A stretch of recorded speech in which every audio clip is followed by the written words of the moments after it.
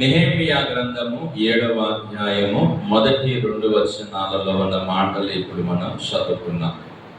ఈ చదువుకున్న మాటలలో కొంతమంది వ్యక్తులు కనబడుతున్నారు మనకి. ఒకటి ఎవరంటే నెహెమీయా కనబడుతున్నాడు. నేను ప్రాకారమును కట్టి అనే మాటలో నెహెమీయా ఉన్నాడు.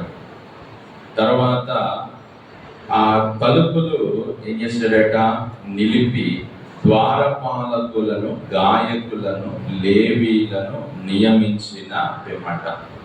అక్కడ తలుపులు నిలిపిన తర్వాత ద్వారపాలకులు ఉన్నారు, గాయకులు ఉన్నారు, లేవీలు ఉన్నారు.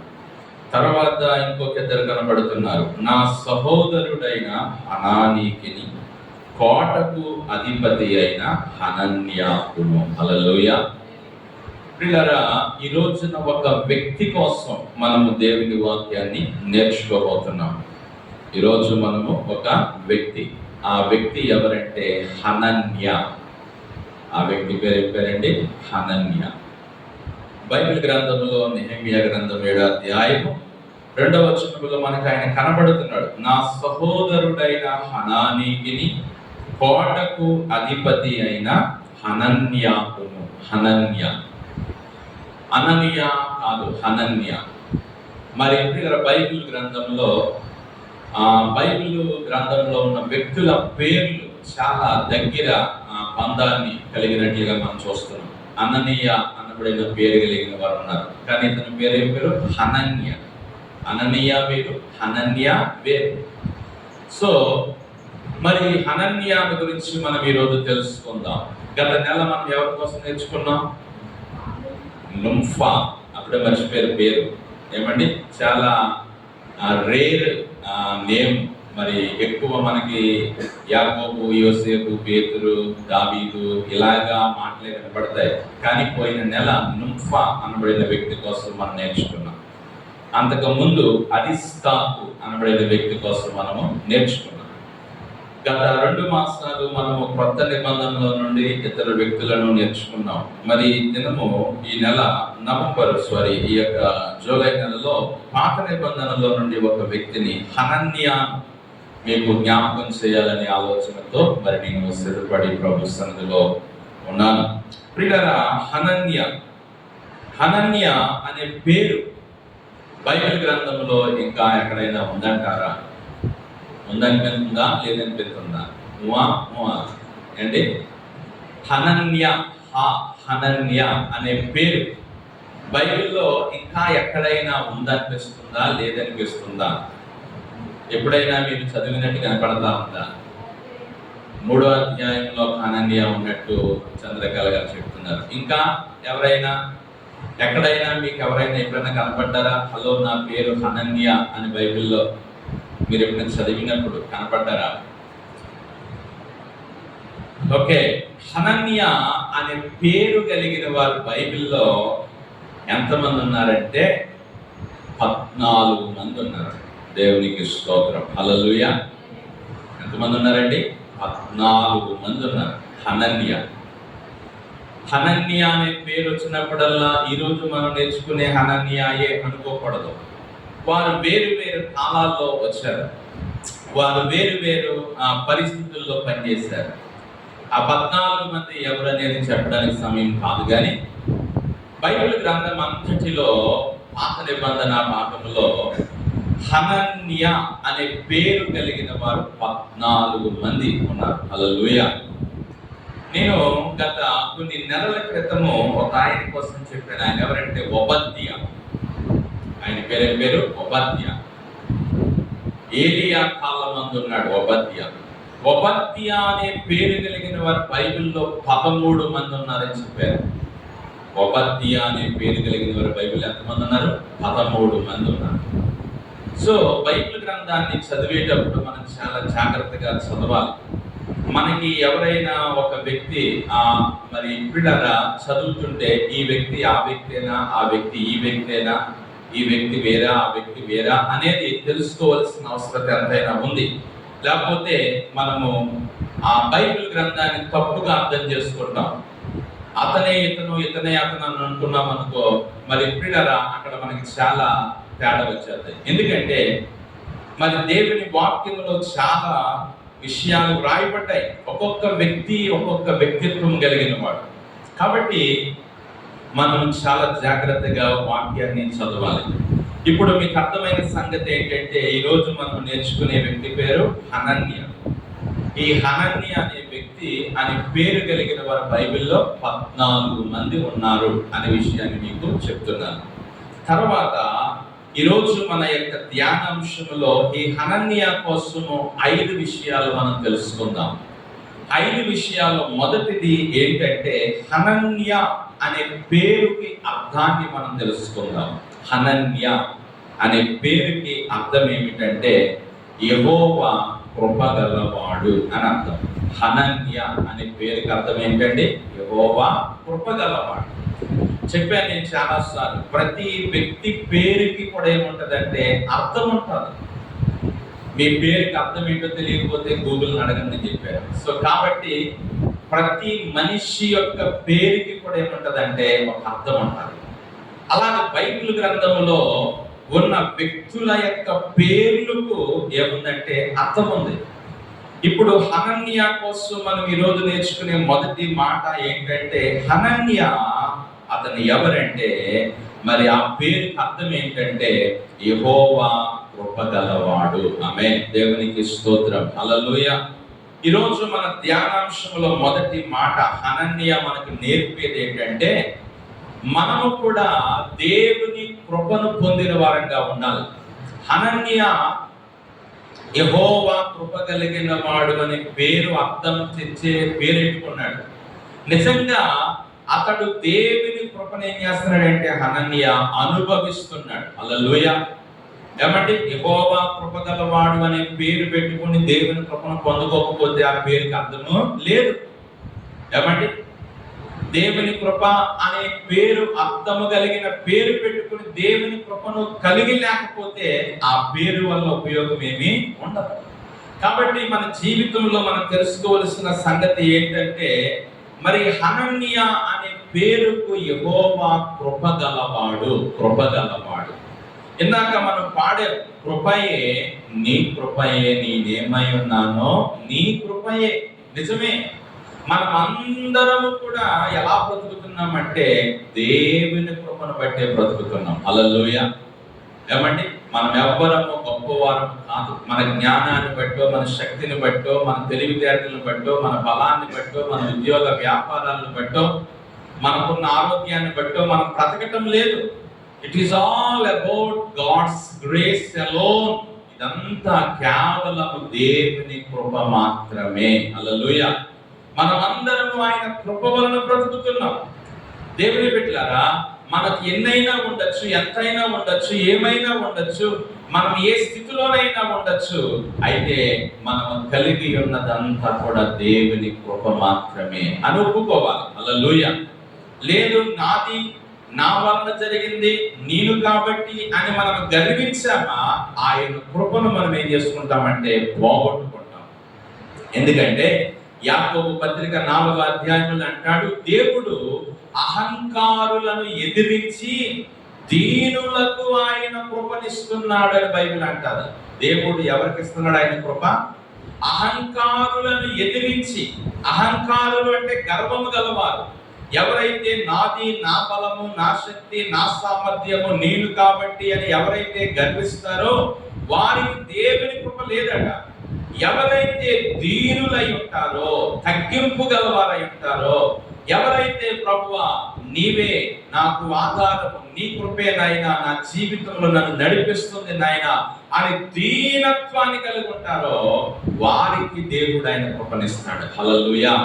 కాబట్టి హనన్య అనే పేరుకు అర్థం ఏంటంటే యెహోవా కృపగలవాడు. ఆమేన్. హల్లెలూయా. మనమందరం నమ్మగలమా? మన దేవుడు ఏ దేవుడు అండి? కృపగల దేవుడు, కృపగలవాడు. ఆయన కృపగలవాడు కాకపోతే మనం ఎవరు ఈ రోజున ఇక్కడ ఉండేవారము కాదు. ఆయనే గాని కృప లేనివాడైతే, కృప లేకపోతే, కృప చూపకపోతే, కనికరం చూపకపోతే, ఆయన ప్రేమ కనికరాలు చూపకపోతే, ఆయన కటాక్షము మనకు దేవుడు చూపకపోతే మనం ఎవ్వరి స్థితిలో ఉండేవారము కాదు. దేవుని కృప మనల్ని నడిపిస్తా ఉంది అనే సంగతి మనము దేవుని బిడ్డలారా తెలుసుకోవాలి. బైబిల్ గ్రంథంలో మనకు తెలిసినటువంటి కొన్ని ఉదాహరణలను చూడండి. బైబిల్ గ్రంథంలో మనం చూస్తే ఆది కాండంలో మనకు తెలుసు కదా, నోవాహును గురించి ఆది కాండము 6వ అధ్యాయములో 8వ వచనంలో అంటాడు, అయితే నోవాహు యెహోవా దృష్టి యందు కృప పొందినవాడు ఆయను అనే మాట మనం చూస్తా ఉన్నాం. హల్లెలూయా. దేవుని యొక్క వాక్యం ఏమంటుందంటే, నోవాహు దేవుని దృష్టి యందు కృప పొందినవాడు. ఆనాడు నోవాహు కాలంలో ప్రజలెవ్వరికీ దొరకని కృప దేవుడు ఎవరికి ఇచ్చాడంటే నోవాహుకి ఇచ్చాడు. ఎందుకంటే భూమి మీద మిగతా ప్రజలెవ్వరూ కూడా దేవుని కృపను పొందుకునేలాగా ఎవరి జీవితాలు లేవు. ఎవరికి వారి ఇష్టమైనట్టు జీవిస్తున్నారు, ఎవరికి నచ్చినట్టు వారు బ్రతుకుతున్నారు. చెడు తలంపులతో, చెడు ఆలోచనలతో, చెడు మనస్తత్వాలతో లోకంలో ఉన్న ప్రజలందరూ చాలా భయంకరంగా బ్రతుకుతున్నారు. అందుకే దేవుడు ఆయన కృపను ఎవరికి ఇవ్వలేకపోయాడు. ఎవరికి ఇచ్చినట్ట? కేవలం నోవాహుకు మాత్రమే ఆ కృప దొరికింది. హల్లెలూయా. నోవాహుకు మాత్రమే ఆ కృప దేవుడు ఇచ్చాడు.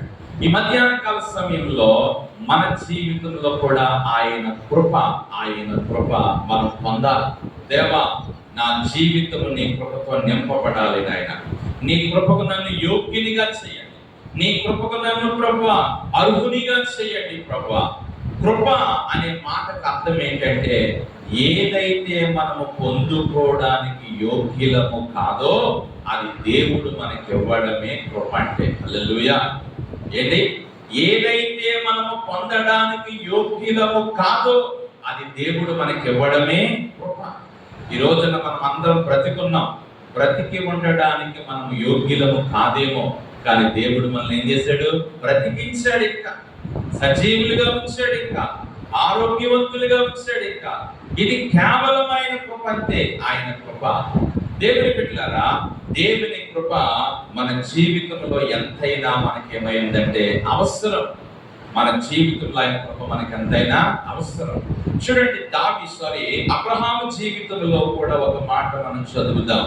అబ్రహాముని గురించి అబ్రహాము యొక్క ఇంటిలో పనిచేసే ఎలియాజరు అంటాడు, ఆది కాండము 24 24వ అధ్యాయము 26, 27 వచనాలు చదువుదాం. ఆ మనుషుడు తన తల వంచి యెహోవాకు మ్రొక్కి, అబ్రహామును నా యజమానుని దేవుడైన యెహోవా స్తుతింపబడును గాక. ఆయన నా యజమానునికి తన కృపను తన సత్యమును చూపుట మానలేదు. దేవునికి స్తోత్రం. హల్లెలూయా. అబ్రహాము పనుడు ఎవరో? ఎలియాజరు. అబ్రహాము ఇంటిలో ఉన్నటువంటి 318 మంది పనివారు ఉన్నారట అబ్రహాం ఇంట్లో.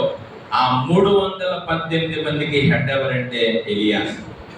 ఈ ప్రధానమైన పనివాడు ఎలియాజరు. ఈ ఎలియాజరు ఇస్సాకునకు భార్యను తీసుకురావడానికి అబ్రహాము చెప్పినట్టుగా వెళ్ళినప్పుడు మరి ఇస్సాకు యొక్క మామగారైనటువంటి పిల్లరా ఇంటికి వచ్చినప్పుడు లాబాను ఇంటికి అక్కడ చెప్తున్నాడు ఏమనంటే, ఇదిగో నా దేవుడు, నా యొక్క యజమానుడైన అబ్రహాము దేవుడు అంట, నా యజమానునికి తన కృపను చూపుట మానలేదు. దేవుడు నా యజమానునికి తన కృప చూపటం మానలేదు. అబ్రహాముకు దేవుడు ఏం చూపటం మానలేదంట? తన కృప చూపటం మానలేదంట. మన జీవితంలో ఏది దేవుడు బిడ్డల మానివేసిన ప్రమాదం కాదేమో కానీ ఆయన కృప చూపుట మానివేస్తే మనం చాలా ఏమైపోతామంటే ప్రమాదంలో పడిపోతాం.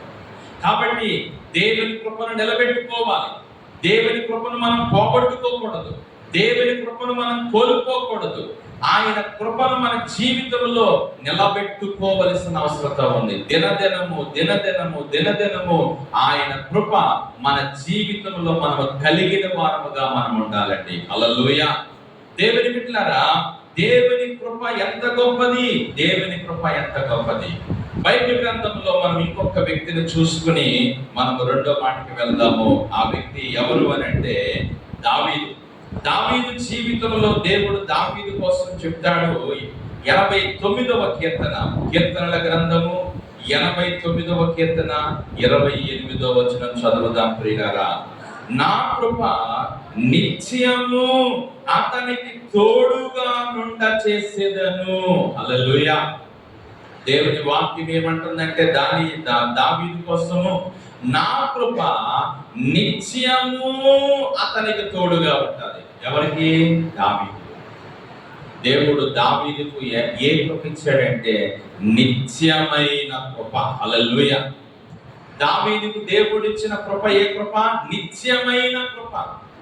ఏమండి, మరి ఒక దినం కృప కాదు, వారం దినాలు కాదు, నెల కాదు, సంవత్సరం కాదు, కొన్ని సంవత్సరాలు కాదు, దావీదు జీవిత కాలమంతా కూడా దేవుడు అతనికి ఏమి ఇచ్చాడంటే నిత్యమైన కృపను దేవుడు ఇచ్చాడు. హల్లెలూయా. ఈ రోజున మన దేవుడు కృపగల దేవుడు, కృపగల దేవుడు. కృప అనే మాట మీద మరి ఎన్నో పాటలు రాశారు క్రైస్తవులు. కృప అనే మాట బైబిల్లో ఎక్కువ సార్లు కనబడుతుంది ప్రియులారా. ఏమండి, కాబట్టి ఈ రోజున హనన్యా అనే పేరుకి అర్థం ఏమిటంటే యెహోవా కృపగలవాడు. ఆమేన్, హల్లెలూయా. ఈ రోజున మనందరికీ ఏముండాలంటే దేవుని కృప ఉండాలి. మన జీవితాలు, మన బ్రతుకులు ఎలా ఉండాలంటే దేవుని కృపను పొందుకునేలాగా ఉండాలి. హల్లెలూయా. బైబిల్ గ్రంథంలో సౌలుకు దేవుడు ఏమి దూరం చేశాడు? ఆయన కృపను దూరం చేశాడు. సౌలు దేవుని కృపను పోగొట్టుకున్నాడు. సౌలు దేవుని కృపను కోల్పోయాడు. కాబట్టి మనము దేవుని కృపను పోగొట్టుకోకూడదు, దేవుని కృపను మనం నిలబెట్టుకోవాలి. హల్లెలూయా. దేవుని కృపను మనం ఏం చేసుకోకూడదు? పోగొట్టుకోకూడదు.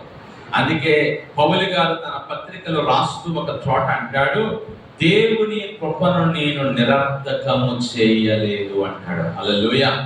దేవుని కృప నేను నిరర్ధకం చేయలేదు, ఆయన కృప నేను పోగొట్టుకోలేదు, ఆయన నాకు ఇచ్చిన కృప నేను నిలబెట్టుకున్నాను అన్నాడు. ఈ రోజున ఆయన కృపను మనం నిలబెట్టుకుందాం. దేవునికి స్తోత్రం. హల్లెలూయా.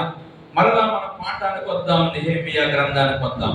నెహెమీయా గ్రంథము 7వ అధ్యాయానికి వచ్చినట్లయితే ఇప్పుడు మనము హనన్యా కోసము దేవుని బిడ్డలారా మనం నేర్చుకుంటున్నాం. హనన్యా అనే పేరుకి అర్థం ఏంటో చూస్తాం. మొదటి మాట, హనన్యా అనే పేరుకి అర్థం ఏంటి? యెహోవా కృప గలవాడు. రెండోది, హనన్యా కోసం మనం నేర్చుకోవలసిన రెండో మాట ఏంటంటే, రెండో వచనం మరలా చదవండి.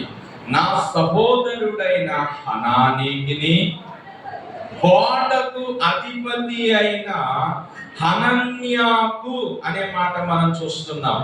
రెండో మాట, హనన్యా ఎవరు? హనన్యా యెరూషలేములో అతను ఏ బాధ్యత కలిగిన వాడుగా ఉన్నాడంటే ఆయన కోటకు ఏమిటంట? అధిపతి. కోటకు అధిపతి. దీన్ని మనకు అర్థమయ్యే భాషలో చెప్పాలంటే మరి యెరూషలేము యొక్క పట్టణానికి ఒక కమాండర్ ఈయన. ఏమండి, ఇంగ్లీష్ ప్రకారం, ఇంగ్లీష్ మాట చెప్పాలంటే ఆ యెరూషలేము పట్టణానికి భద్రతను కలిగించేటువంటి బాధ్యత ఎవరికి ఉందంటే హనన్యాకి ఉంది.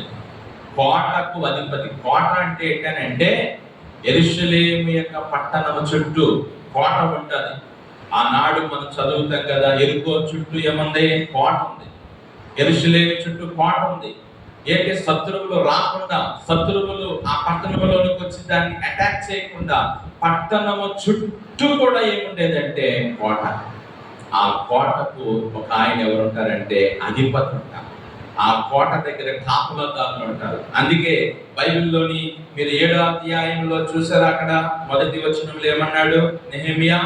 నేను ప్రాకారమును కట్టి తలుపులు నిలిపి ద్వారపాలకులను అనే మాట రాస్తాడు. చూసారా? ప్రాకారాన్ని కట్టేసినట్ట ఆ ప్రాకారము దగ్గర ఎవరు పెట్టాడంటే ద్వారపాలకులు. ఎవరైనా వస్తే వారు తలుపు తీయాలి. వారికి లోనికి రావాలంటే ప్రియులారా తలుపు తీయాలి. వారు లోనికి వచ్చేవారా కాదా, వారు రావచ్చా లేదా, మనం చూడాలి. పెద్ద పెద్ద వెళ్తే ఎమ్మెల్యే గారింటికో, ఎంపీ గారింటికో, నాయకులు గొప్పవారింటికి వెళ్ళినప్పుడు ఆ ఇంటి దగ్గర గేట్ దగ్గర ఎవరు ఉంటారంటే సెక్యూరిటీ ఉంటాడు. మనం డైరెక్ట్ గా వెళ్ళిపోవడానికి ఉండదు. అక్కడ సెక్యూరిటీ మనకు తలుపు తీస్తేనే మనం లోనకి వెళ్ళాలి. ఎందుకు వచ్చారమ్మా, ఎవరి కోసం వచ్చారు, దేనికోసం వచ్చారు అని ఎంక్వైరీ చేస్తారు.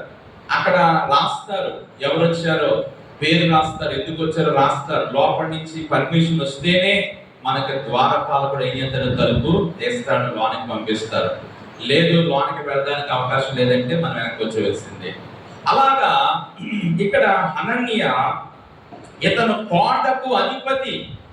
ఏంటంటే ఈ హనన్య ఎవరనంటే భద్రతను కలిగించేటువంటి వాడు యెరూషలేము పట్టణానికి. హల్లెలూయా. ప్రియులారా, కాపలా. ఈరోజు నేను చెప్పేటువంటి రెండో మాట ఏంటంటే హనన్య కోసం. హనన్య కోటకు అధిపతి అంటే యెరూషలేము పట్టణం అంతటికి కూడా ఇతని ద్వారా ఏం కలుగుతుందంటే కలుగుతుంది. శత్రువు రాకుండా, ఏమండి, యెరూషలేములోనికి శత్రువు రాకుండా, యెరూషలేములోనికి శత్రువు ఏమండి చొరబడకుండా ఇతను ఎప్పటికప్పుడు కాపలాదారులందరినీ కూడా జాగ్రత్తగా చూసుకుంటూ, జాగ్రత్తగా కాపలా కాస్తున్నారా లేదా అని ఇతను ఆ కోట చుట్టూ ఉన్న కాపలాదారులందరికీ కూడా ఈయన ఎవరంటే అధిపతిగా ఉన్నాడు. అధిపతిగా ఉన్నాడు. మనకి కూడా భారతదేశ సరిహద్దుల్లో ఎవరుంటారంటే సైనికులు ఉంటారు, కాపలాదారులు ఉంటారు. భారతదేశంలోనికి శత్రువులు రాకుండా, ఏమండి, శత్రువులు రాకుండా దేవుని బిడ్డలారా. అంతేకాకుండా మనం ఏజెన్సీ ప్రాంతాలకు వెళ్తే ఏజెన్సీ ప్రాంతాల్లోని కొన్ని ప్రాంతాల్లో మరి పోలీస్ స్టేషన్ దగ్గర మరి ప్రియులారా ఆ కాపలాదారులు ఉంటుంటారు. నక్సలైట్లు వచ్చి అక్కడ దాడి చేయకుండా, నక్సలైట్లు వచ్చి అక్కడ ఏ విధమైన హాని చేయకుండా ఎప్పటికప్పుడు వారు ఏం చేస్తా ఉంటారంటే వారు కాపలా కాస్తా ఉంటారు. ఈ రోజున ఈ హనన్య మనకు చెప్పే రెండో మాట ఏంటంటే మన జీవితంలో మనం కూడా ఒక కాపలాదారులుగా ఉండాలి. హల్లెలూయా. కోటకు అధిపతి, కోటకు అధిపతి అనే మాటలో ఉన్న అర్థం ఏంటంటే యెరూషలేము పట్టణం అంతటికి కూడా ఇతని ద్వారా ఏం కలుగుతుందంటే భద్రత. ఈ రోజున మన జీవితంలో ఏమండి భద్రత అనేటువంటిది దేనికి కావాలి? మన జీవితంలో మనం దేనికి భద్రత ఇవ్వాలి అని అంటే ప్రియులారా, మన ఆత్మీయ జీవితం బాగోవాలి అని అంటే మన హృదయానికి మనం ఏమై ఉండాలంటే మనము కోటకు అధిపతిగా మరి హనన్య ఉన్నట్లుగా మన హృదయానికి మనం ఎలా ఉండాలంటే ఒక భద్రతను కల్పించే వారముగా ఉండాలి. చూడండి, ఆ సామెతల గ్రంథములోనికి రండి. సామెతల గ్రంథములో ఆ మాట రాస్తాడు. సామెతల గ్రంథము 4వ అధ్యాయం, సామెతల గ్రంథము 4వ అధ్యాయము 23వ వచనాన్ని మనం చదువు.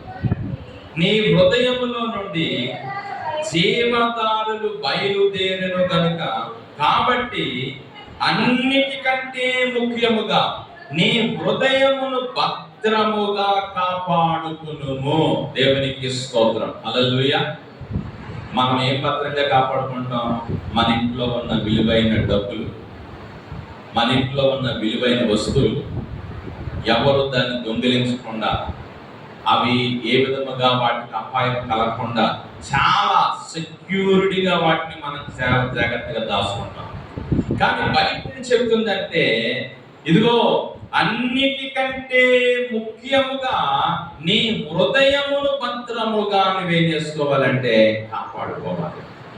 ఏమండి, మనము ఈ లోక సంబంధమైన విలువైన వస్తువులు కాపాడుకుంటున్నాం, కానీ మన హృదయాన్ని ఏం చేసుకోలేకపోతున్నాం? కాపాడుకోలేకపోతున్నాం. ఎందుకంటే మన హృదయంలోనికి అపవాది వచ్చేసి మన హృదయాన్ని ఏం చేస్తాడంటే పాడు చేస్తున్నాడు. శత్రువు అపవాది వచ్చి మన జీవితాన్ని పాడు చేస్తున్నాడు. అందుకు మనము ఎప్పటికప్పుడు ఏమండి అపవాది మనలోనికి రాకుండా, శత్రువు మనలోనికి రాకుండా, సాతానుడు మన హృదయంలోనికి రాకుండా మన హృదయాన్ని మనం ఏం చేసుకోవాలంటే కాపాడుకోవాలి. ఈ రోజున అటువంటి జీవితం మనం కలిగిన వారంగా ఉండాలి. ఏమండి, కాపలాదారులు సరిగా లేకపోతే ఆ లోపడున్న వస్తువులు ఏమవుతాయంటే దొంగిలించబడతాయి.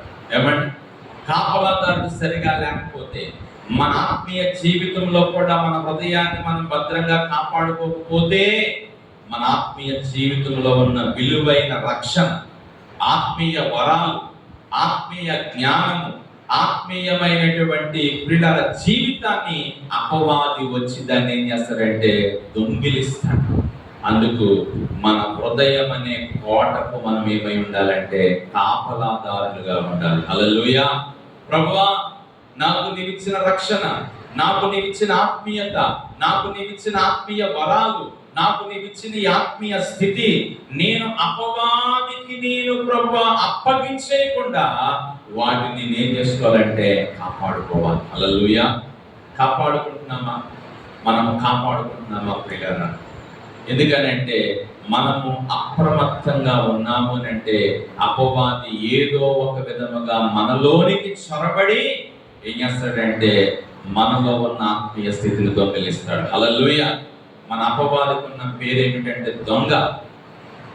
మరి ఆ యోహాను సువార్త 10:10 అంటాడు, దొంగతనమును హత్యను నాశనము చేయుటకు వచ్చును గాని నేనైతే గొర్రెలకు జీవమును సమృద్ధి అయిన జీవమును ఇవ్వడానికి నేను వచ్చానని యేసు ప్రభు అంటాడు. హల్లెలూయా.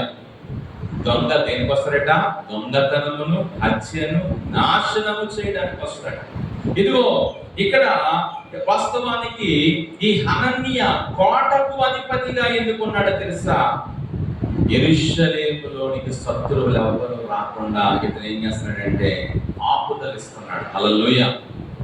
ఎందుకంటే యెరూషలేము గోడలు కట్టేటప్పుడు టోబియా, సన్బల్లతు అనేటువంటి వారు ఆ గోడ కట్టబడకుండా, ప్రాకారం కట్టబడకుండా దాన్ని ఏం చేశారు? ఆటంకపరిచారు, అభ్యంతరం పెట్టారు. వారు ఆ యెరూషలేము యొక్క ప్రాకారాల చుట్టూ ఆ జనాలు ఉన్నారంట. టోబియా సంబంధులు, సన్బల్లతు సంబంధులు ఉన్నారంట. ఎక్కడ సొందు దొరికితే వారు ఆ ప్రాకారం దాటి యెరూషలేముకి వెళ్ళి యెరూషలేములో ఉన్న వారిని పాడు చేయాలని చూస్తున్నారంట. అందుకని నెహెమ్యా గోడ కట్టిన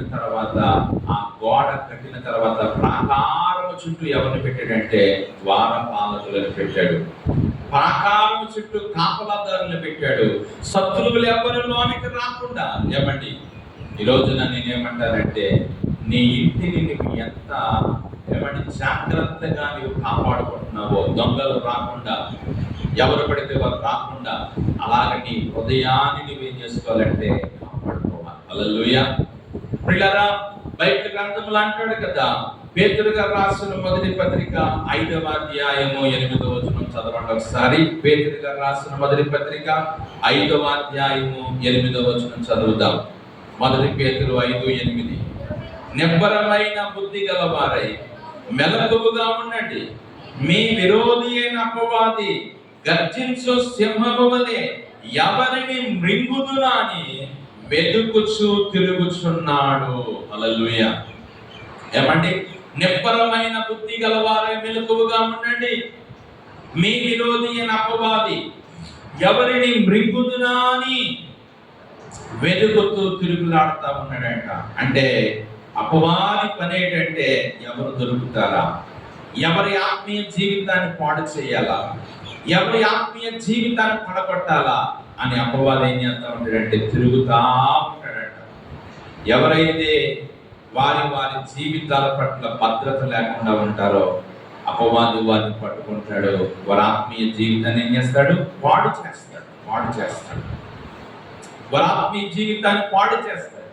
సో కాబట్టి ప్రియమైన దేవుని బిడ్డలారా, మనము ఈ హనన్య మనకి నేర్పే రెండో మాట ఏంటంటే, హనన్య కోటకు ఆయన ఎవరంట? అధిపతి. ఏం చెప్పాను? కోటకు అధిపతి అంటే కాపలాదారుడు. ఆ యెరూషలేము పట్టణం అంతటిని కూడా ఆయన ఏం చేస్తున్నాడంటే కాపాడుతున్నాడు. ఈ రోజున మన హృదయాన్ని మనం భద్రంగా కాపాడుకోవాలి. మన ఆత్మీయ జీవితం పాడైపోకుండా, దొంగిలించబడకుండా కాపాడుకోవాలి.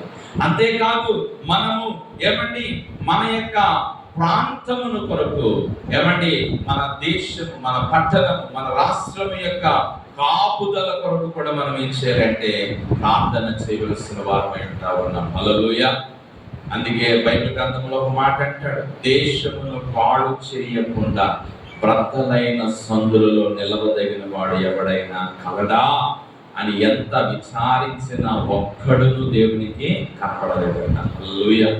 ఈ రోజున వాక్యం మనకి నేర్పించే రెండో మాట, హనన్య ఎవరు అని అంటే యెరూషలేము ప్రాకారమునకు, యెరూషలేము పట్టణానికి కోటకు ఆయన ఏమైనాడంటే అధిపతి. హల్లెలూయా. తర్వాత మరలా మనం నెహెమియా గ్రంథానికి వస్తే, నెహెమియా గ్రంథం 7వ అధ్యాయము 2వ వచనం మరలా చదువుదాం ప్రియులారా.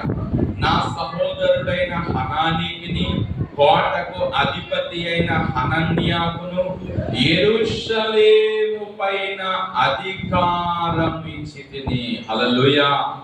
ప్రియమైన దేవుని బిడ్డలారా, దేవుని వాక్యంలో మనం చూసినట్లయితే ఇదిగో ఈ హనన్య అనబడిన వ్యక్తి యెరూషలేము మీద ఏం పొందుకున్నాడంట?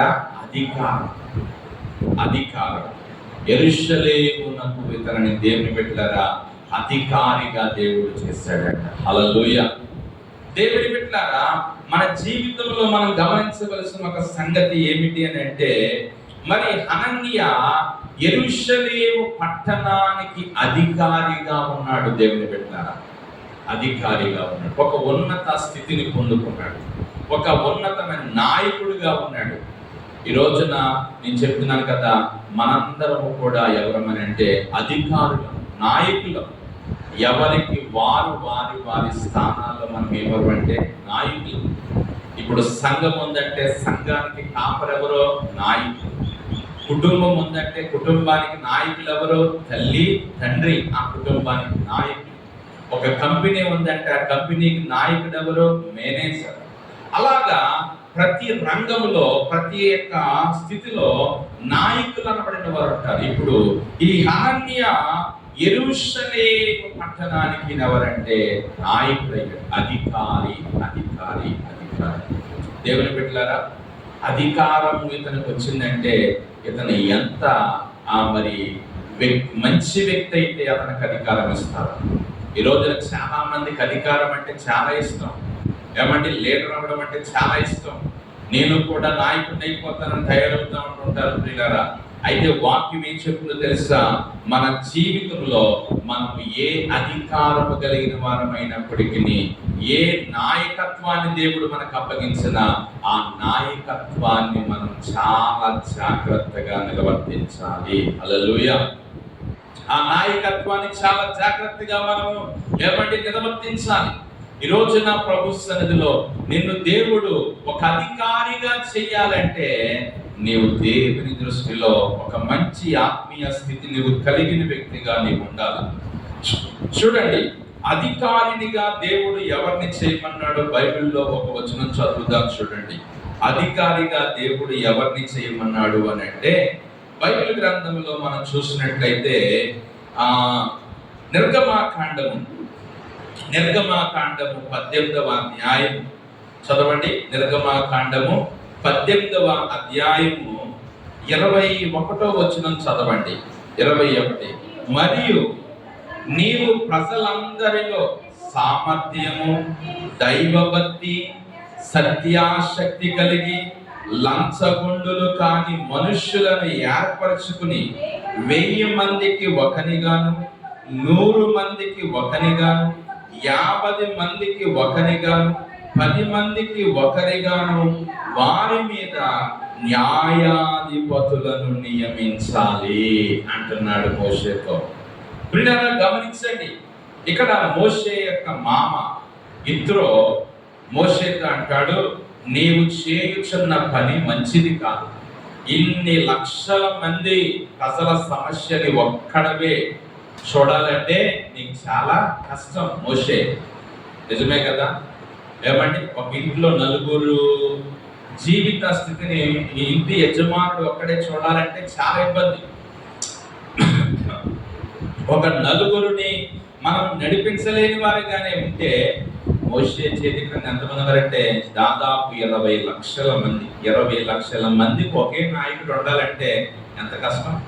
అప్పుడు మోషే మామ ఇత్రో అంటాడు, నువ్వు చేసే పని మంచిది కాదు, నేను ఒక మంచి సలహా ఇస్తాను. ఏంటంటే నీవు 1000 మందికి ఒక నాయకుడిని, 100 మందికి ఒక నాయకుడిని, 50 మందికి ఒక నాయకుడిని, 10 మందికి ఒక నాయకుడిని అలా పెడితే వారు ఆ సమస్యలన్నీ పరిష్కరిస్తారు. ఒకవేళ వారు తీర్చలేని సమస్య ఏదైనా ఉంటే అప్పుడు నీ దగ్గరికి వస్తారు. ఇప్పుడు ఆ నాయకులు ఎలా ఉండాలంట చదవండి. అక్కడ ఏమన్నాడు, నాయకులు ఎలా ఉండాలి? నీవు ప్రజలందరిలో సామర్థ్యము, దైవభక్తి, శక్తి కలిగి లంచగొండులు కాని మనుష్యులను ఏర్పరచాలి. హల్లెలూయా. నాయకుడు అనబడిన వాడు ఎలా ఉండాలంట? దైవభక్తి ఉండాలి నాయకుడికి. ఏమంటే సామర్థ్యం ఉండాలి నాయకుడికి. లంచము తీసుకోనటువంటి ధనాపేక్ష లేని వాడై ఉండాలి మరి నాయకుడు. ఏమంటే సత్యాశక్తి ఏమంటే కలిగిన వాడిగా ఉండాలి నాయకుడు. ఈ రోజున ఉన్న నాయకులకు అలాంటివి ఉన్నాయా? ఏమంటే ఈ రోజున నాయకులు అందరూ కూడా దీనికి రివర్స్. ఏమంటే ఇందులో చెప్పబడిన వీళ్ళు ఎవరికి ఉండవు, అంతా కూడా దీనికి వ్యతిరేకమైనటువంటి కార్యాలే ఉంటుంటాయి. అలాంటి వారు ఈ రోజున ఏమైపోతున్నారంటే నాయకులు. ప్రియమైన దేవుని బిడ్డలారా, యెరూషలేము పైన హనన్యాకి ఏమిచ్చాడంటే అధికారం వచ్చిందంటే హనన్యా యొక్క జీవితం ఎంత విలువైందో మనకు అర్థమవుతా ఉంది. హల్లెలూయా. యెరూషలేము పట్టణానికి అధికారి అయ్యాడంటే ఎంత విలువైనటువంటి వ్యక్తి ఆ యొక్క హనన్యా. ఈరోజు నేను చెప్పే మూడో మాట ఏంటంటే, నిన్ను దేవుడు ఒక ఉన్నత స్థానంలో పెట్టాలంటే దానికి తగిన జీవితం నీకు ఉండాలి. హల్లెలూయా. నిన్ను దేవుడు ఒక అధికారిగా చేయాలంటే, నిన్ను దేవుడు ఒక నాయకుడిగా చేయాలంటే, నిన్ను దేవుడు ఒక ఉన్నతమైన స్థితి నీకు ఇవ్వాలి అంటే దానికి తగిన జీవితం నీలో ఉండాలి. అప్పుడు దేవుడు నీవు ఊహించలేని ఉన్నత శిఖరాన్ని దేవుడు నిన్ను ఎక్కిస్తాడు ఆయన. హల్లెలూయా. హనన్యా యెరూషలేము మీద అధికారం పొందిన వ్యక్తి. ఈరోజు నా ప్రభువా, నేను కూడా హనన్యాలాగా ఒక ఉన్నత శిఖరం ఎక్కాలంటే, ఉన్నత స్థాయి నాకు రావాలంటే నేను ప్రభువా మంచిగా నేను ఉండాలి నీ దృష్టిలో. హల్లెలూయా. చూసారా, ఇందాక రెండో మాట హనన్యా కోటకు ఎవరో అధిపతి. రెండోది మూడో మాట హనన్యా యెరూషలేమునకు ఎవరంట? అధికారి. దీన్ని మన అర్థమయ్యే భాషలో చెప్పాలంటే జిల్లాకి ఒక ఎస్పీ గారు ఉంటారు. ఏమంటే సూపరింటెండెంట్ ఆఫ్ పోలీస్ అని అంటారు. ఆ జిల్లా అంతటికి కూడా ఆయన ఎస్పీగా ఉంటాడు. అలాగే జిల్లాకి ఒక కలెక్టర్ గారు ఉంటారు.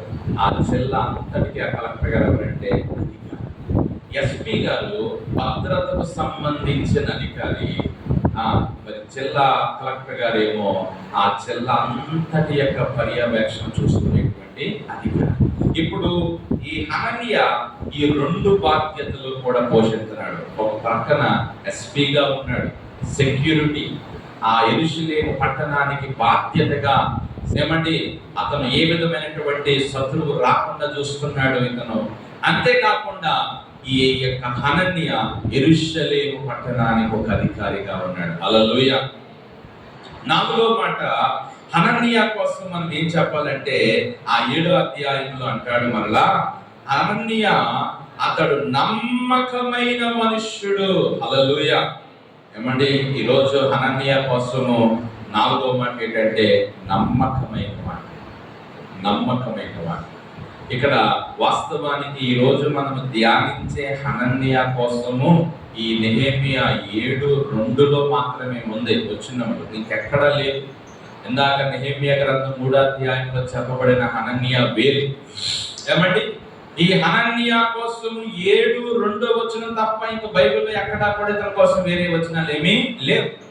ఎందుకంటే బైబిల్లో దాదాపు 14 మంది హనన్యాలు ఉన్నారు. ఈ హనన్యా కోసం బైబిల్లో ఈ ఒక్క వచనమే ఉంది, 7వ అధ్యాయం 2వ వచనం. ఈ 7వ అధ్యాయం 2వ వచనంలోనే మనము 5 విషయాలు నేర్చుకుంటున్నాం. నాలుగో మాట, హనన్యా ఎవరంటే నమ్మకమైన వాడు. హల్లెలూయా. హనన్యా ఎవరండి?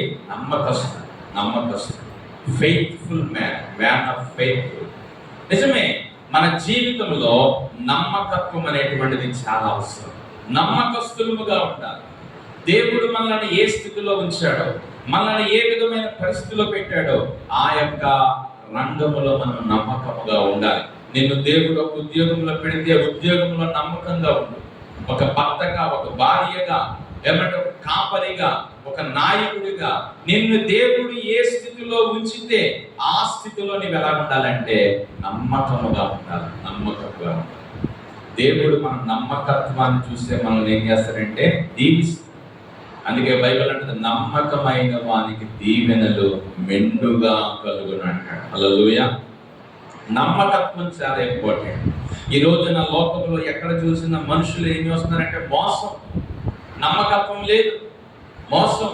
ఏమండి, భర్త భార్యను మోసం చేయడు, భార్య భర్తను మోసం చేయడు, ఏమండి పిల్లలు తల్లిదండ్రులను మోసం చేయడు, ఏమండి పిల్లల నాయకులు ప్రజలను మోసం చేయడు. నమ్మకత్వం అనేటువంటిది పిల్లల పోతుంది. ఏమండి, ఈ రోజున మనము హనన్యా నమ్మకస్తుడు, నమ్మకమైన మనుషుడు. ఏ విషయంలోనైనా ఆ హనన్యా ఎలా ఉన్నాడంటే నమ్మకస్తుడిగా ఉన్నాడు. అందుకే అంత పెద్ద బాధ్యత నెహెమ్యా ఎవరికి ఇచ్చాడంటే హనన్యాకి ఇచ్చాడు. హల్లెలూయా.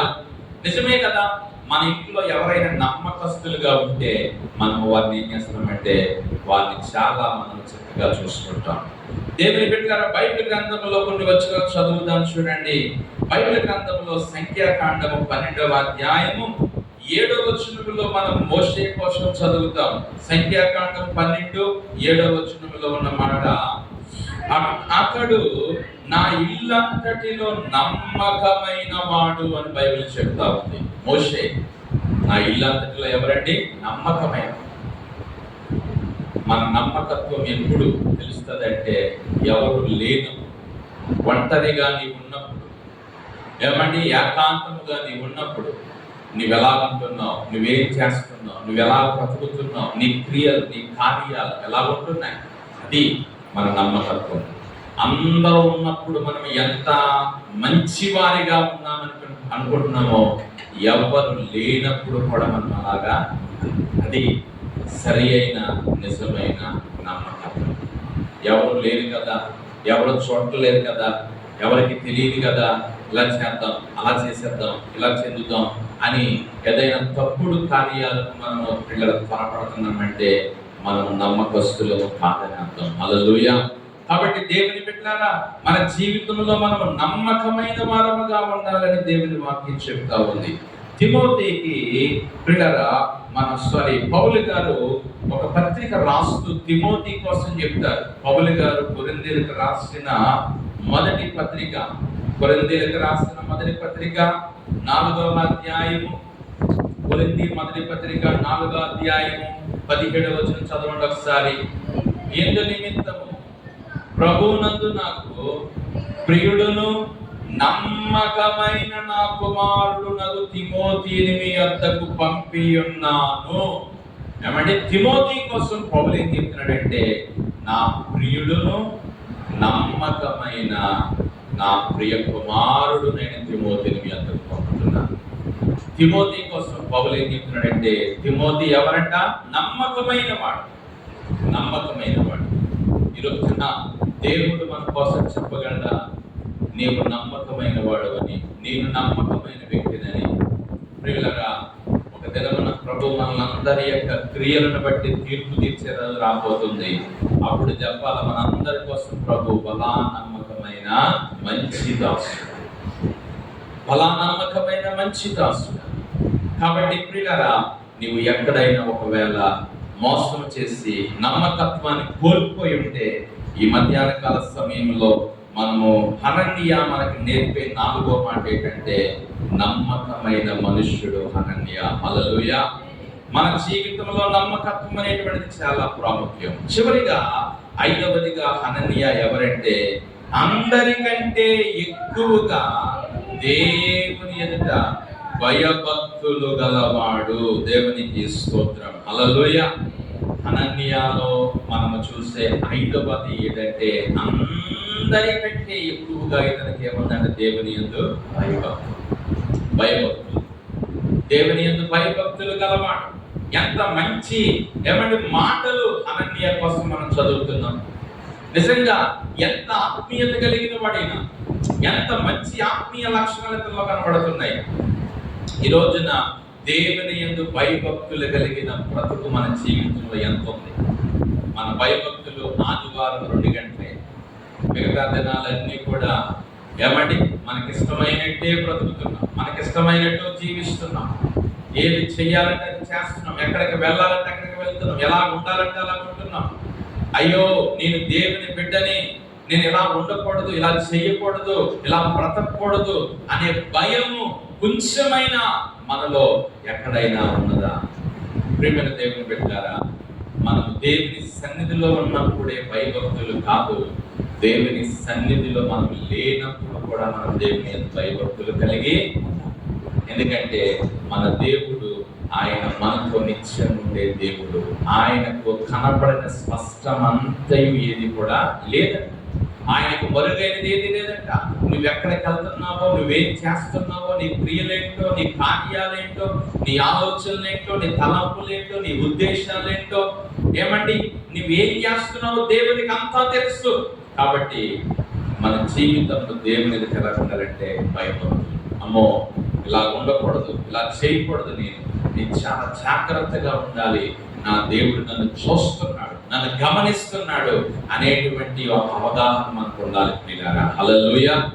ప్రియమైన దేవుని బిడ్డలారా, ఈ రోజున మనం గమనించినట్లయితే మరి మన దేవుని యందు మనం భయభక్తులు కలిగిన వారంగా ఉండాలి. నేను చెప్పాను ఇందాక, ఒబద్యా అనబడిన ఒక వ్యక్తి కోసం నేను ఆల్రెడీ చెప్పాను. ఏలియా కాలం ముందు ఉన్నాడు ఆయన కోసం ఒక మాట చదువుదాం చూడండి. ఒబద్యా కోసం ఒక మాట. రాజుల మొదటి గ్రంథము 18వ అధ్యాయము 3వ వచనం చదువుదాం ప్రియులారా. రాజుల మధ్య ఆహాబు తన గృహ నిర్వాహకుడకు ఒబద్యాను పిలిపించెను. ఈ ఒబద్యా యెహోవా యందు బహు భయభక్తులు గలవాడు అని మనం చదువుతున్నాం. ఈ ఒబద్యా కోసం మనం ఆల్రెడీ నేర్చుకున్నాం. ఒబద్యా ఆహాబు యొక్క గృహ నిర్వాహకుడు. ఆహాబు యొక్క గృహ నిర్వాహకుడు. ఈ ఒబద్యా ఎవరంటండి? బహు భయభక్తులు గలవాడు అని ఒబద్యా కోసం ఇక్కడ చూస్తున్నాం. అదే 18వ అధ్యాయంలో 12వ వచనం చూడండి ఒకసారి ప్రియులారా. అయితే నేను నీ యొద్ద నుండి పోవు క్షణమందు యెహోవా ఆత్మ నాకు తెలియని స్థలమునకు నిన్ను కొంచెపోవును. అప్పుడు నేను పోయి ఆహాబునకు వర్తమానం తెలియజెప్పిన తరువాత నీవు అతనికి కనబడిన యెడల అతడు నన్ను చంపివేయు. అలాగూ ఆజ్ఞియవద్దు. నీ దాసుడునైన నేను బాల్యము నుండి యెహోవా యందు భయభక్తులు నిలిపిన వాడను. దేవునికి స్తోత్రం, హల్లెలూయా. ఇక్కడ ఒబద్యా తనకు తానే చెప్పుకుంటున్నాడు, నేను ఎవరినో తెలుసా ఏలియా గారు, బాల్యము నుండి కూడా నేను దేవుని యందు కలిగిన వాడిని, భయభక్తులు కలిగిన వాడిని అంటున్నాడు. కొంతమందికి భయభక్తులు చిన్నప్పుడు ఉంటాయి, పెద్ద అయ్యాకపోతాయి. లేకపోతే చిన్నప్పుడు సరిగా ఉంటారు, పెద్ద అయ్యాక బాగుంటారు. ఎక్కడో దిక్కిన మన జీవితంలో మనం ఏమైపోతామంటే తప్పిపోతాం. కానీ ఒబద్యా బాల్యము నుండి దేవుని యందు కలిగాడంటే భయభక్తులు. పిల్లరా, ఇక్కడ ఉన్న యవనస్తులు, ఇక్కడ ఉన్న పిల్లలు, ఇక్కడ ఉన్న పెద్దవారు, మనమందరము కూడా మన బాల్య దినాల నుంచి మన చివరి దినం వరకు కూడా దేవుని యందు మనం ఏం కలిగి ఉండాలంటే భయభక్తులు కలిగి ఉండాలి. మన దేవుని ఎప్పుడైతే మనం భయభక్తులు కలిగి ఉంటామో అప్పుడే దేవుని ఆశీర్వాదాన్ని మనం పొందుకోగలుగుతాం. పిల్లల దేవుని వాక్యం అంటారు కదా, తన యందు భయభక్తులు గల వారి నిమిత్తం ఆయన దాచి ఇచ్చిన మేలు గొప్పది. ఈ రోజున నీవు దేవుని యందు భయభక్తులు నిలిపితే నీకు దేవుడు మేలు చేస్తాడు. మనము హనన్యా కోసము 5 విషయాలు తెలుసుకున్నాం.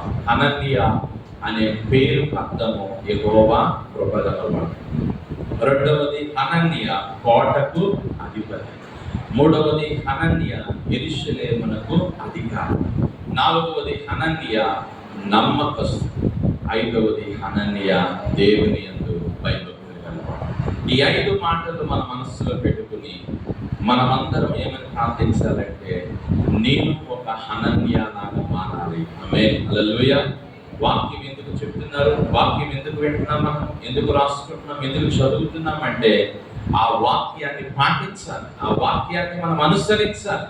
ఈరోజు మనందరి ప్రార్థన దేవుని మందిరంలో ఏంటంటే, నన్ను ఒక హనన్యాలాగా మార్చి యేసయ్యా అని ప్రార్థన చేసుకుందాం. దేవుడి కొద్ది మాటలు దీవించును గాక. ఆమె ప్రార్థన చేసుకుందాం. కళ్ళు వంచండి, కళ్ళు మూసుకోండి. ఈరోజు మనకు విన్న దేవుని వాక్యాన్ని బట్టి ఒక నిమిషం